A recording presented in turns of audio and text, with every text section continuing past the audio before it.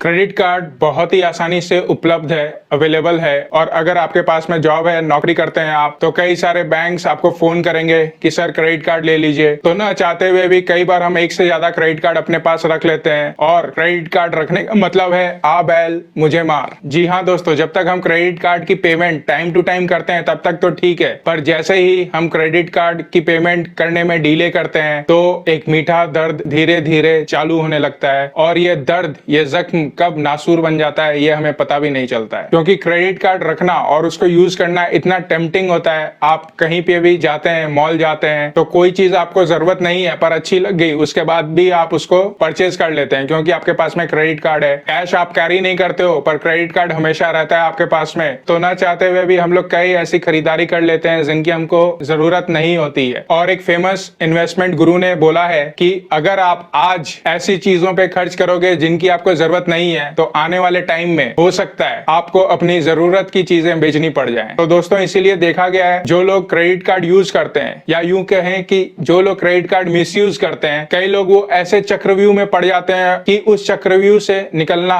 लगभग नामुमकिन हो जाता है, और फिर बहुत ही दिक्कत और परेशानी के बाद ही शायद हम इस चक्रव्यूह से निकल पाते हैं। तो सबसे बड़ा क्वेश्चन है, क्या हम इस चक्रव्यूह से निकल सकते हैं? जी हाँ, बिल्कुल निकल सकते हैं। अगर निश्चय पक्का हो और हमने ठान लिया हो तो हम बिल्कुल इस चक्रव्यूह से निकल सकते हैं। मैं इस वीडियो में बताने वाला हूं किस तरह से आप क्रेडिट कार्ड के चंगुल में अगर फंस गए हैं तो किस तरह से इस चंगुल से निकलना है। तो दोस्तों बने रहिएगा इस वीडियो में। मैं हूं सीए हेमंत और आप देख रहे हैं आपका अपना यूट्यूब चैनल सरल फाइनेंस। अगर आप इस चैनल पे नए हैं, मुझे पहली बार देख रहे हैं, तो इस चैनल को सब्सक्राइब भी जरूर करिएगा, क्योंकि मैं लेके आता हूँ वीडियोस फाइनेंस के ऊपर में जिनमें होता है हम सभी लोगों का फायदा। तो आइए दोस्तों, काउंटडाउन चालू करते हैं और जानते हैं 4 टिप्स जिनको हम यूज कर सकते हैं अगर हम क्रेडिट कार्ड के रीपेमेंट ना करने के चंगुल में फंस गए हैं, या यूं कहें कि हम क्रेडिट कार्ड डिफॉल्ट पे डिफॉल्ट किए जा रहे हैं और ये समझ में नहीं आ रहा है कि क्रेडिट कार्ड लोन कैसे चुकाएंगे। तो दोस्तों, पहला टिप है, कोशिश करके क्रेडिट कार्ड कंपनी में बात करिए। जब भी हम फर्स्ट टाइम क्रेडिट कार्ड लेते हैं तो ऐसा नहीं होता है कि पहले दिन से ही हम डिफॉल्ट करना चालू कर देते हैं। ज्यादातर ये देखा गया है स्टार्टिंग में क्रेडिट कार्ड का रीपेमेंट टाइमली होता है, तो आप क्रेडिट कार्ड कंपनी में कॉल करिए और उनको बोलिए कि अभी के समय में आपको कुछ फाइनेंस से रिलेटेड दिक्कतें हैं, इसीलिए आप टाइम से पेमेंट नहीं कर पा रहे हो। और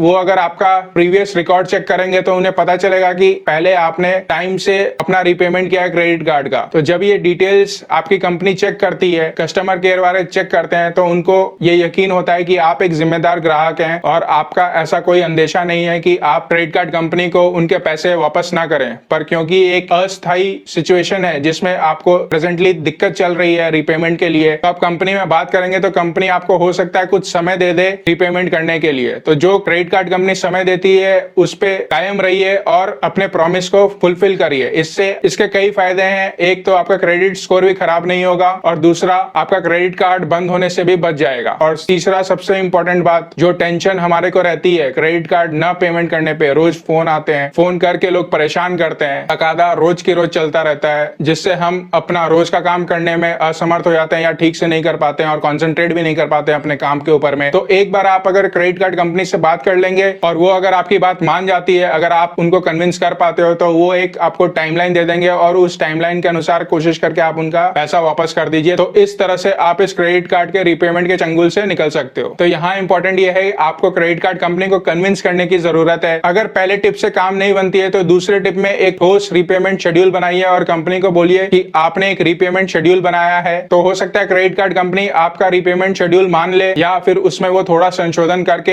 एक नया रीपेमेंट शेड्यूल बनेगा। अगर आप उस रीपेमेंट शेड्यूल से सहमत हैं और आपको लगता है कि आप उस रीपेमेंट शेड्यूल को फॉलो कर पाओगे, तो आपके और क्रेडिट कार्ड कंपनी के म्यूचुअल अंडरस्टैंडिंग पे इस रीपेमेंट शेड्यूल के अनुसार आप उनको रीपेमेंट कर सकते हो। तीसरा ऑप्शन आप इस्तेमाल कर सकते हो, जो पैसा आपको क्रेडिट कार्ड कंपनी को देना है आप उनको रिक्वेस्ट करके एक पर्सनल लोन ईएमआई में कन्वर्ट करा सकते हो। और ये ऑप्शन अगर कोई विकल्प नहीं रह जाए तभी ये ऑप्शन लीजिएगा, क्योंकि पर्सनल लोन पे भी रेट ऑफ इंटरेस्ट काफी ज्यादा रहता है। और लास्ट में दोस्तों, मैं एक टिप देना चाहूंगा कि आप कभी भी इस चंगुल में फंसे ही ना। तो उसके लिए आपको ये करना होगा, जब भी आप क्रेडिट कार्ड बनवाते हो, साथ के साथ क्रेडिट कार्ड कंपनी को एक मैंडेट साइन करके दे दीजिए कि जब भी आपका पेमेंट ड्यू होगा तो credit card company automatically ECS के द्वारा आपके बैंक अकाउंट से वो पैसे काट के क्रेडिट कार्ड के अकाउंट में जमा करा देगी। इसके कई फायदे हैं। एक तो याद रखने की जरूरत नहीं होती है, दूसरा अगर किसी कारण से हम भूल जाते हैं क्रेडिट कार्ड पेमेंट करना, तो क्रेडिट कार्ड कंपनी बहुत ज्यादा रेट ऑफ इंटरेस्ट लगाती है और कई बैंकों के नॉन पेमेंट चार्जेस भी काफी ज्यादा होते हैं। तो इन सब से बचने के लिए अगर आपने ऑटोमेटिक मैंडेट दिया हुआ है आपके अकाउंट से पैसे निकल के क्रेडिट कार्ड के अकाउंट में चले जाएं, तो आपको याद रखने की जरूरत नहीं है और ऑटोमेटिकली क्रेडिट कार्ड की पेमेंट भी हो जाएगी। तो दोस्तों, अगर आपको ये वीडियो पसंद आया हो तो लाइक करिएगा। चैनल पे नए हैं, मुझे पहली बार देख रहे हैं, तो इस चैनल को सब्सक्राइब भी जरूर करिएगा, क्योंकि मैं लेके आता हूँ वीडियोस फाइनेंस के ऊपर में जिनमें होता है हम सभी लोगों का फायदा।